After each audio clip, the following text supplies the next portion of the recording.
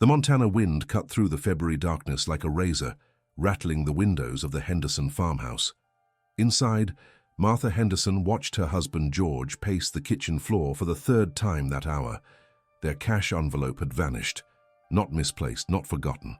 Vanished. George stopped at the cast-iron stove, his weathered hands gripping the edge hard enough to turn his knuckles white. "I counted it yesterday morning," he said, his voice tight. "Every dollar. It was right there in the drawer." Martha's stomach twisted. That envelope contained $217, 6 months of cream checks, egg money, and profit from 3 hogs butchered in December. Without it, there would be no wheat seed come spring. No seed meant no crop. No crop meant losing the farm they'd fought to keep since the Depression nearly destroyed them. Their son Tommy sat at the kitchen table, his 14-year-old face pale in the lamplight. "Pa, I swear I didn't touch it." "Nobody's accusing you," George said, but his eyes swept the room with desperate calculation. The year was 1947, and though the Depression had officially ended, its lessons remained carved into every farmer's bones. Cash was survival. Cash was everything. And now their cash was gone. Martha moved toward the stove, ostensibly to check the fire. Her hand brushed against the brick wall behind the cooking surface, and she felt it, that slight give in one particular brick, chest high. Her grandmother's voice echoed across decades. "Always keep one loose brick behind the stove, child, for the things that matter most." She'd dismissed it as paranoia back in 29, when her grandmother first told her. By 32, when banks were failing and families losing everything overnight, Martha understood. By 34, when their savings evaporated and they moved into this farmhouse after selling the old place to pay debts, she'd made sure to create her own loose brick. But George didn't know. She'd kept that secret for 13 years. The problem was brutal and simple. If she revealed the hidden money now, George would know she'd been deceiving him throughout their entire marriage in this house. In tight-knit farming communities where trust was everything, such deception could poison a relationship beyond repair. But if she said nothing, they'd lose the farm. Everything 3 generations had built would be auctioned to strangers. "I'll check the barn again," George said, grabbing his coat. "Maybe I moved it and forgot." Martha knew he hadn't. George Henderson never forgot where money was placed. Someone had taken it. But who? They had no enemies. Their neighbors lived miles away. The only people in their house all week were family. After George left, Martha pressed her forehead against the cool brick, her mind racing. Behind that loose brick sat $340, more than enough for seed and repairs. She'd accumulated it dollar by dollar over 13 years. Originally, it was emergency money if George got hurt, then insurance against crop failure, then insurance against losing everything again, the way they nearly had during the Depression. Tommy's voice broke through her thoughts. "Ma, you okay?" She turned to face her son, already showing signs of the man he'd become. George's strong jaw, her own gray eyes, a seriousness that came from growing up on a farm where children learned early that survival required constant vigilance. "Tommy, I need complete truth. Do you know anything about the missing money?" The boy's face crumpled. "I didn't take it, Ma. I swear I didn't." "I believe you," she said, and she did. Tommy had been raised with the honesty farm life demanded. You couldn't lie to crops or livestock and expect them to thrive. But someone had taken it. And if not Tommy, then... The kitchen door burst open. George's younger brother Frank stumbled in, face flushed, movements unsteady. Frank had been staying with them 3 weeks while looking for work, though his search seemed focused on the bottom of a bottle. "Need coffee," Frank mumbled, heading for the pot. Martha's eyes met George's as he followed his brother inside. Silent understanding passed between them, the kind 15 years of marriage made possible. They both knew, they'd been avoiding knowing. But now the knowing could no longer be avoided. "Frank," George said quietly, "we need to talk." "Nothing to talk about." Frank poured coffee with shaking hands. "Just cold outside." "The seed money is gone." Frank's hand froze. The mug trembled, sending ripples across the dark surface. "That's terrible. Maybe you misplaced it." George's voice remained steady, but Martha heard the pain underneath. Your coat pocket, the left one. You've been checking it every 10 minutes. You never do that unless you're carrying something you're worried about. Frank's hand moved instinctively to his pocket, confirming everything. His face went from flushed to pale. George, listen. Did you take our seed money? The silence stretched like wire, pulled to breaking. Finally, Frank's shoulders sagged. I was going to return it. There's this poker game in town, high stakes. I know the patterns, and I can... George's fist hit the table hard enough to make cups jump. Gambling. You stole our seed money for gambling. It's not stealing if I'm returning it with interest. One good night and I'll pay you back double, maybe enough for that new tractor you need. Martha felt something cold settle in her chest.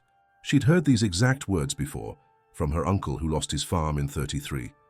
From her father's business partner who put the feed store's money on a sure thing and ended up in jail.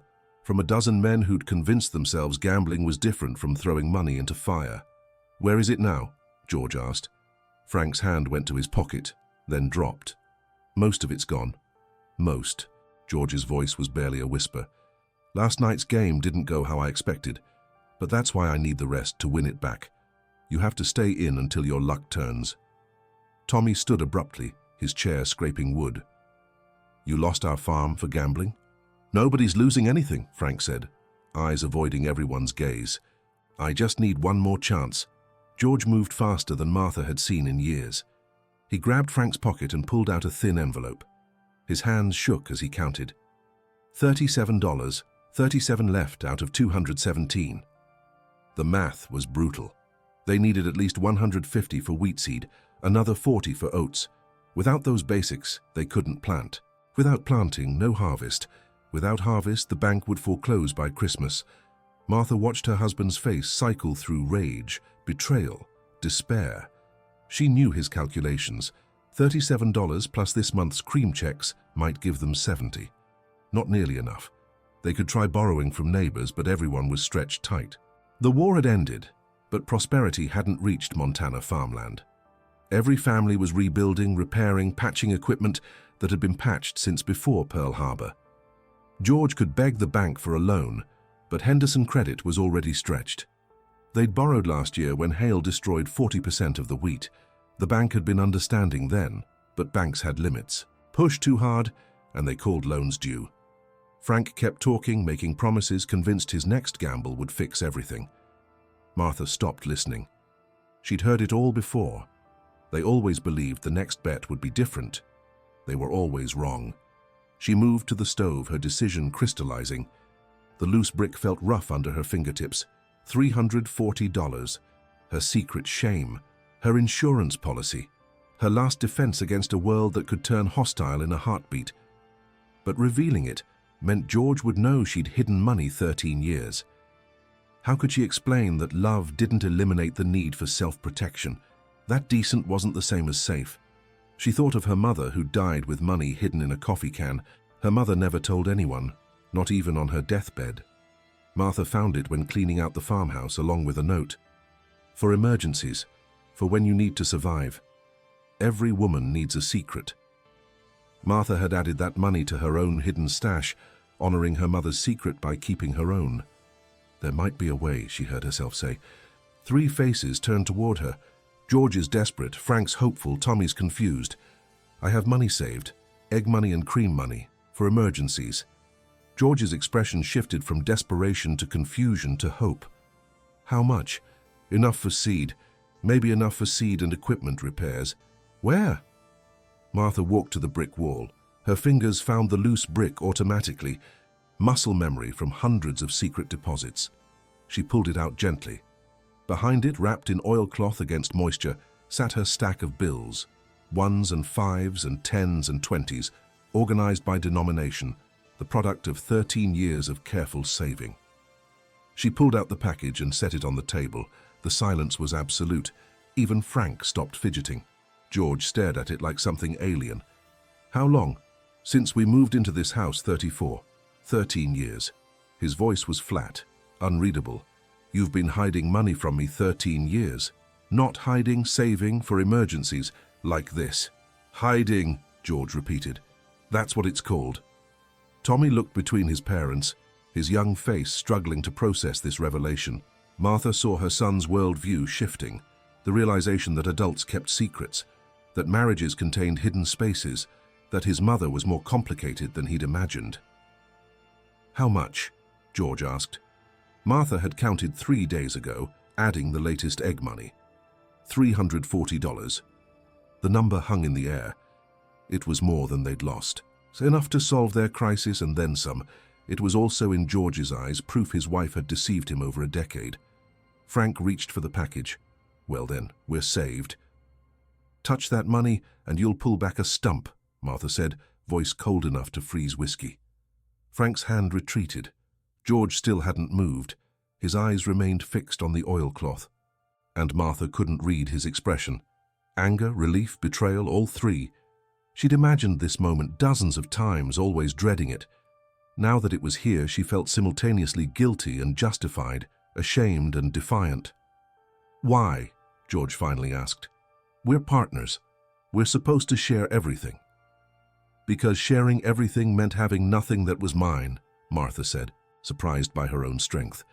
Because I watched my mother beg my father for money to buy flour. Because I saw what happened to Mrs. Peterson when her husband died and she discovered he'd mortgaged everything without telling her. Because I needed to know that if everything fell apart, I could save us. You didn't trust me. I trusted you with my life, my children, my future. But trust doesn't eliminate the need for preparation. The depression taught me that. Life taught me that. George's jaw worked silently. Tommy had gone very still. Frank looked like he wanted to be anywhere else, though he kept glancing at the money with undisguised longing. Every dollar there came from my own work, Martha continued. Eggs I gathered, cream I separated, butter I churned. Garden vegetables I sold in town. Not a penny from the farm account or livestock sales or grain harvest. Money I earned, and I saved it. For emergencies. Like this one. George reached out slowly and picked up the package. He unwrapped it carefully, almost reverently. The bills were organized and neat, the product of careful attention. He counted silently, lips moving. When he finished, he looked at Martha with an expression she couldn't identify. 340 exactly, he said. 13 years of egg money and cream money. Tommy spoke suddenly. Ma saved the farm. The simple statement seemed to break something in George. He looked at the money, then at Martha, then at his brother standing shamefaced in the corner. The anger in his face transformed into something more complex. Hurt mixed with grudging admiration, betrayal mixed with relief. Frank, George said without looking at his brother, you need to leave, tonight. George, come on, I'm your brother. You're a thief. You stole from family. You would have let us lose everything for a poker game. George's voice was steady now, certain. Pack your things. Be gone by sunrise. Where am I supposed to go? Anywhere but here. You made your choices. Live with them. Frank started to protest, but something in George's face stopped him. He stumbled toward the bedroom, shoulders hunched like a beaten dog. The door closed with a soft click. George turned back to Martha. This money, your money, it stays separate. We use what we need for seed and the rest goes back in your hiding spot. George, no, you were right to save it. I don't like it. I don't like that you felt you needed to hide it from me. But you were right. He ran a hand through his hair, suddenly looking older than his 41 years. My own brother stole from us. If you hadn't been careful, we'd be finished right now. Completely finished. Martha felt tears pressing behind her eyes but refused to let them fall. I never wanted to deceive you. But you did anyway, because you didn't trust that I'd protect us. It wasn't about you not being enough. It was about me needing to protect myself, protect our children, having something that was mine, that I controlled, that couldn't be gambled away or lost in a bad harvest or taken by a bank. George was quiet for a long moment, fingers tracing the bill edges. Outside, the Montana wind continued its assault, rattling windows and whistling through cracks. In the bedroom, they could hear Frank packing. My mother had a loose brick, George said finally, voice so soft Martha almost missed it, behind the fireplace in their old house. I found it when I was Tommy's age, helping my father rebuild the chimney. Money in there. Not much, maybe $40. And my mother made me swear never to tell my father. She said every woman needed a secret place just in case. Martha stared at her husband. You knew? I knew the principle. I didn't know you'd actually done it. A ghost of a smile crossed his face. I checked behind our stove a few times over the years, but I never found the right brick. You hid it well. You knew and never said anything? I figured if you needed it bad enough to hide it, you needed it bad enough to keep hidden. He met her eyes directly. My father was a good man, but he made mistakes. Lost a whole year's wheat crop gambling on futures he didn't understand. If my mother hadn't had her hidden money, we'd have lost everything in 29. I was 10 years old, but I remember. I remember my mother's face when she pulled out that brick and handed my father enough to keep the bank away another season. Martha felt her understanding of her marriage shifting. Why didn't you ever tell me this? Same reason you didn't tell me about your brick. Some secrets are protective, not deceptive. Some secrets are necessary. George carefully rewrapped the money. How much do we need for seed? 150 for wheat seed, 40 for oats. Maybe another 30 for seed potatoes and garden supplies. 220 total. George counted out money precisely, setting aside 220 on one side of the table and the remaining 120 on the other. This goes to seeds and supplies. This goes back in your brick. Deal? Deal, Martha said, voice thick. And Martha, next time we have a catastrophe, maybe tell me about the brick before we spend hours thinking we're ruined. My heart can't take that stress at my age.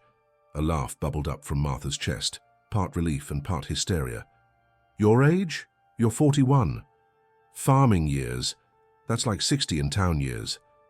George's attempt at humor was shaky but genuine. He looked at Tommy. Son, come here. Tommy approached cautiously. George pulled out a $20 bill from the stack designated for the brick. This is yours now. Your mother earned this through honest work and careful saving. That's the kind of person she is, and that's the kind of person I hope you'll be. I don't need. You do need. Every person needs something that's theirs, that they control, that they can rely on when the world falls apart. Your mother understood that. I'm only now learning it. George pressed the 20 into Tommy's hand. You keep this somewhere safe. Not for spending on foolishness, for emergencies, for when you need to help someone or save something or protect what matters. Understand? Tommy nodded solemnly, clutching the bill. Yes, sir. And Tommy? What happened here tonight? Your uncle's theft, your mother's hidden money, all of it. That's family business. We don't spread family business around town. We protect each other. Yes, sir. They heard the bedroom door open. Frank emerged carrying a battered suitcase and canvas duffel. He looked at George, then at Martha, then at the money still on the table. For a moment, Martha thought he might apologize, make excuses, beg forgiveness. Instead, he just nodded once and headed for the door. Frank, George called out. His brother stopped but didn't turn. If you ever get yourself straight, if you ever beat the gambling, you come back and we'll talk. But not before. Understand? Yeah, Frank said, voice rough. I understand. The door closed behind him. They heard his footsteps crunching on frozen ground, fading into the February night. None of them moved to watch him go. George picked up the $120 and handed it to Martha. Put it back, keep adding to it. I won't ask how much is in there or check on it. That's yours. Martha took the money, feeling its weight. 13 years of secrecy, ending not with disaster but with understanding. She walked to the stove and carefully replaced the bills in their oilcloth wrapper, then slid them back into the space behind the brick. The brick went back into place with a soft scraping sound, its looseness carefully maintained for future emergencies. Ma, Tommy's voice was uncertain. Are we going to be okay? Martha looked at her son, then at her husband. George's face showed the strain, the betrayal by his brother, the revelation of his wife's secret, the near loss of everything. But underneath that strain, she saw something else: respect, understanding, the kind of partnership that came from surviving crises together. Yes, she said firmly, we're going to be okay. George nodded.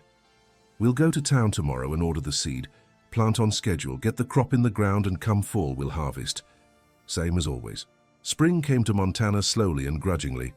George and Tommy planted the wheat using seed bought with Martha's hidden money, though nobody mentioned that fact to neighbors. The wheat came up strong and green, responding to good soil and careful tending. By midsummer, it was clear they'd have a decent harvest. Frank sent a letter in June from Wyoming, claiming he'd found work on a ranch and was staying away from cards and dice. The letter included $20 as partial payment on what I owe. George wanted to send it back, but Martha convinced him to keep it, to put it toward next year's seed as a reminder that redemption was possible, even if forgiveness took time. In August, Martha added $37 to the loose brick, money from selling vegetables at the farmer's market, and from a particularly productive month of egg sales. She didn't tell George the exact amount, and he didn't ask. The brick remained loose, ready for the next crisis, because there would always be a next crisis. That was the nature of farming.